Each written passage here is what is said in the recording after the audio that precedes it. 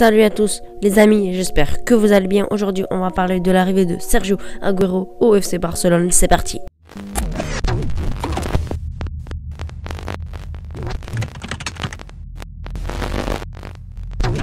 Les amis, avant de commencer, n'oubliez pas de vous abonner. J'ai remarqué que 90% des gens qui regardent mes vidéos ne sont pas abonnés. Abonnez-vous. Il y aura une surprise aux 10 000 abonnés maintenant. C'est parti pour la vidéo. Les amis, pourquoi j'ai mis que c'était officiel? Pour moi, c'est officiel puisqu'il y a énormément de sources très fiables qui disent qu'il va arriver au Barça gratuitement avec le salaire, etc. etc.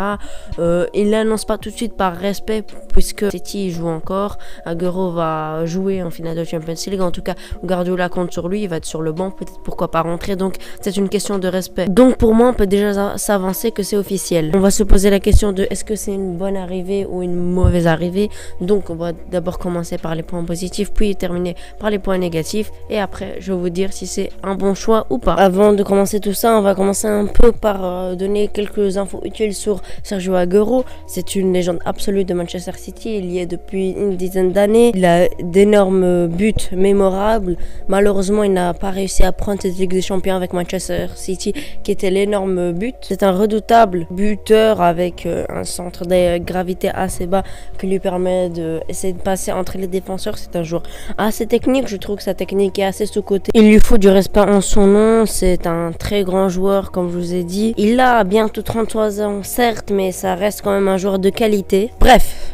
Alors, on va commencer par les points positifs. Pour les points positifs, le premier, c'est qu'il a beaucoup d'expérience, tout simplement. Il a une dizaine d'années dans ses jambes.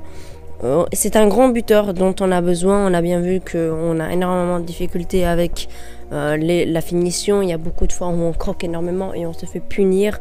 Il y a beaucoup de matchs où ça arrive. C'est assez important d'avoir un finisseur. Ça doit être une recrue. On doit avoir un finisseur pour la saison prochaine. Je pense que Laporta est sur le coup pour essayer de ramener un jeune, un crack où on a quelques attentes dessus, mais pas des énormes attentes.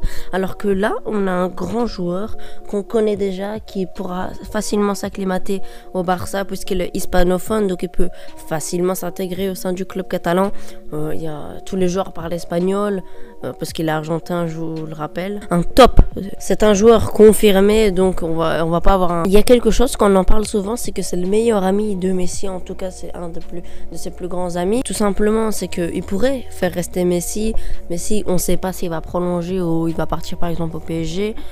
Messi a toujours voulu jouer avec Agüero et inversement. Ils ont failli jouer ensemble la saison dernière où Messi voulait quitter le club et il était vraiment en partance pour aller à Manchester City. Donc si jamais il rejoint le club, je vois pas pourquoi Messi partirait alors qu'il veut jouer ensemble depuis très longtemps. Je pense que ça pourrait aider Messi également qui est en train de vieillir, qui a pas encore énormément d'années devant lui. Ça pourrait l'aider d'avoir un neuf devant lui, un sort de pivot, même si Agüero ce n'est pas un pivot, et ça pourrait l'aider pour combiner, pour qu'il lui fasse des remises, et ça pourrait vraiment aider Messi dans le futur, parce que quand t'as Griezmann qui est encore moins un pivot, quand t'as Dembélé qui sait pas jouer en pivot tout simplement parce que c'est un ailier, t'as aucun pivot, t'as peut-être Braithwaite qui fait un peu le boulot mais c'est vraiment pas du assez haut niveau. Je pense que ça pourrait faire un peu comme une Suarez, par exemple. Suarez qui a quitté le Barça cette saison, on voyait on se disait qu'il était fini, qu'il avait plus niveau, et quand il a rejoint à l'Atlético, ça lui a fait une deuxième vie, et il a été pendant un moment le meilleur buteur de la Liga. Il se bat pour être meilleur buteur, là c'est terminé, mais pendant un moment il était en course et marquait énormément de buts, et on voyait qu'il prenait petit à petit son niveau malgré son âge. Maintenant, passons un peu aux points négatifs. Le premier, c'est que c'est un projet à court terme. Si Laporta veut faire un projet à court terme, c'est une bonne chose. Il lui reste pas beaucoup de saisons devant lui. Tout simplement, il a 33 ans, il ne pourra pas jouer jusqu'à 40 ans, vous le savez bien, il lui reste encore 1, 2, 3 saisons au maximum. Donc Laporta doit faire le choix entre le futur de Depay qui lui reste encore beaucoup d'années devant lui, et Agüero qui lui reste quelques années, mais c'est encore une plus valeur sûre. Cet deuxième argument, il revient avec le dernier argument, c'est que tout simplement il est assez âgé, il ne reste pas encore énormément de saisons dans les jambes, son prime est passé, et ça c'est un risque à prendre, surtout qu'il se blesse, surtout que quand tu prends de la vieillesse et que tu te blesses, ta blessure dure encore plus longtemps. Par exemple, un Pedri qui s'est blessé, on croyait qu'il allait partir pendant des semaines, il est revenu après quelques jours.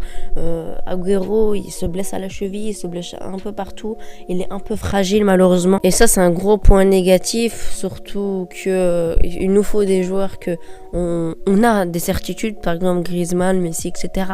Eux, ils se blessent jamais, du moins très rarement. Alors qu'Agüero, tu sais pas s'il sera là toute la saison, il pourrait se blesser gravement si qu'on lui cède pas, il pourrait se blesser quelquefois. Franchement, c'est un risque à prendre. Parler argent, il a quand même un énorme salaire à Manchester City, il doit avoir environ 15 millions annuels et là, il va quand même le baisser. Je pense qu'il va avoir 8 millions annuels environ.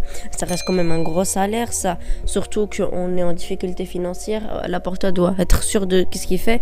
On espère qu'il n'aura pas une énorme prime à la signature parce que franchement 8 millions c'est déjà un gros salaire. Après s'il fait le boulot il n'y a vraiment pas de souci. Il devrait aussi accepter un rôle second. Il ne sera pas titulaire tout le temps.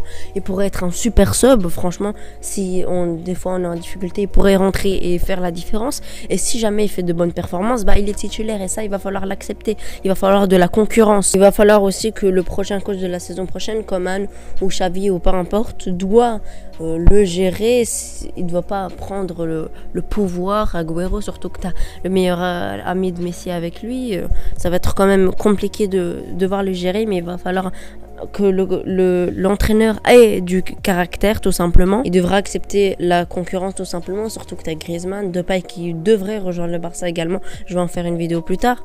Franchement, sur ça, c'est assez compliqué.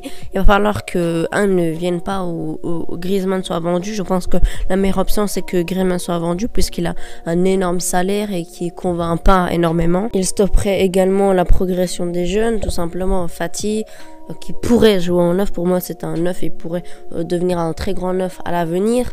Des joueurs en B, donc quand tu as des joueurs qui sont en B ou Fati qui peuvent jouer encore 10 ans en plus et Agüero qui peut jouer 2-3 ans en plus, le choix je pense qu'il est vite fait. Mais après si Agüero est meilleur que Fati, c'est Agüero qui va jouer et inversement. Voilà, on a terminé pour les points positifs et les points négatifs. N'hésitez pas à me dire ce que vous en pensez, si vous avez des points positifs à rajouter et des points négatifs à rajouter si jamais j'en ai oublié. Voilà, selon moi, Agüero ne doit pas venir, même s'il va venir, c'est quasi certain. Pour moi, ce n'est pas une énorme recrue, puisque pour moi, Depay est au-dessus et a encore des belles années devant lui et a fait d'énormes performances. Agüero n'a pas beaucoup joué cette saison, il a été souvent blessé, donc j'ai beaucoup de doutes sur lui. Mais s'il peut faire rester Messi et s'il fait de bonnes performances, je serai derrière lui. En fait, le problème qui se pose, c'est qu'on va rejoindre 4-3-3 l'année prochaine. Laporta l'a demandé. Donc, quand tu as Messi qui doit jouer en faux numéro 9 ou bien en ailier, mais c'est assez compliqué en ailier parce qu'il n'a plus le coffre pour jouer en ailier. En 9, tu as Griezmann, tu as Depay qui devrait arriver, tu as Agüero, tu as Messi qui peut aussi jouer en faux 9. Ça fera vraiment un énorme chantier et pour moi ce n'est pas bon. Il nous faudrait de la concurrence mais pas à ce point, surtout qu'on va empiler les gros salaires. Mais si jamais il rejoint, ça pourrait faire un gros coup médiatique. Laporta pourrait dire que voilà, je suis là, je fais mes choix et je pense que ça pourrait être bon pour un président qui vient d'arriver. Mais bon, c'est le choix de Laporta, il va falloir le respecter. On va voir qu'est-ce que ça va donner. N'oubliez pas de me dire vos avis dans les commentaires. On va se laisser ici. N'oubliez pas de vous abonner. Merci pour les 5000 abonnés. J'ai oublié de vous dire merci beaucoup. Merci infiniment. On monte très vite. On espère atteindre les 10 000 abonnés. En tout cas, c'est l'objectif. On se laisse ici. Ciao.